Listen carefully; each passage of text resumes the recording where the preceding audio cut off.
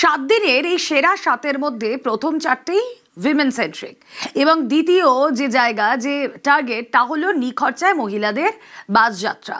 মহিলাদের নিখরচায় বাসযাত্রা শুরু হচ্ছে জুন 1 থেকে। সরকারি বাসে কোনো টাকা লাগবে না, ভাড়া ফ্রি। জুন থেকে ভাড়া লাগবে না। মহিলাদের ক্ষমতায় এসে বড় ঘোষণা বিজেপি সরকারের এই সিদ্ধান্তকে স্বাগত জানিয়েছেন মহিলারা।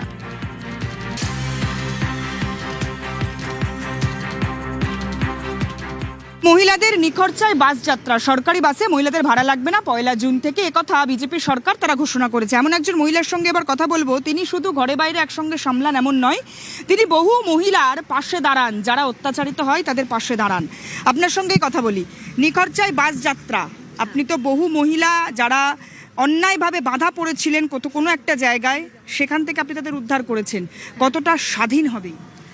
নিশ্চয়ই স্বাধীন তো হবই। স্বাধীন হওয়াটা কোনো স্বাধীন আমরা হয়তো আক্ষরিক অর্থে শুনতে খুব অদ্ভুত লাগে যে কেন এখন স্বাধীনতার কথা বলছি, কিন্তু এই যে বিজেপি আসার পর আপনি এই যে মহিলারা দাঁড়িয়ে আছেন এদেরকেও জিজ্ঞেস করুন, এই যে বাইরে বেরিয়ে মনে হচ্ছে I am in safe hand.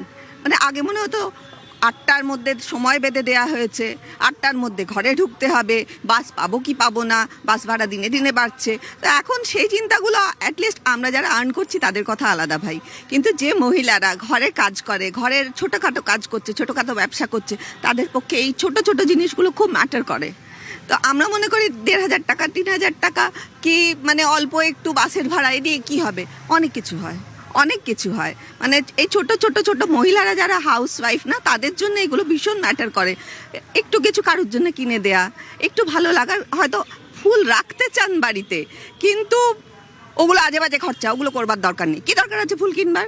কিন্তু এই যে 3,000 টাকাটা হাতে পাবেন, ওই ছোট্ট একটু 10 টাকার ফুল, সেটাই কিন্তু তাদেরকে ভীষণ আনন্দ দেবে।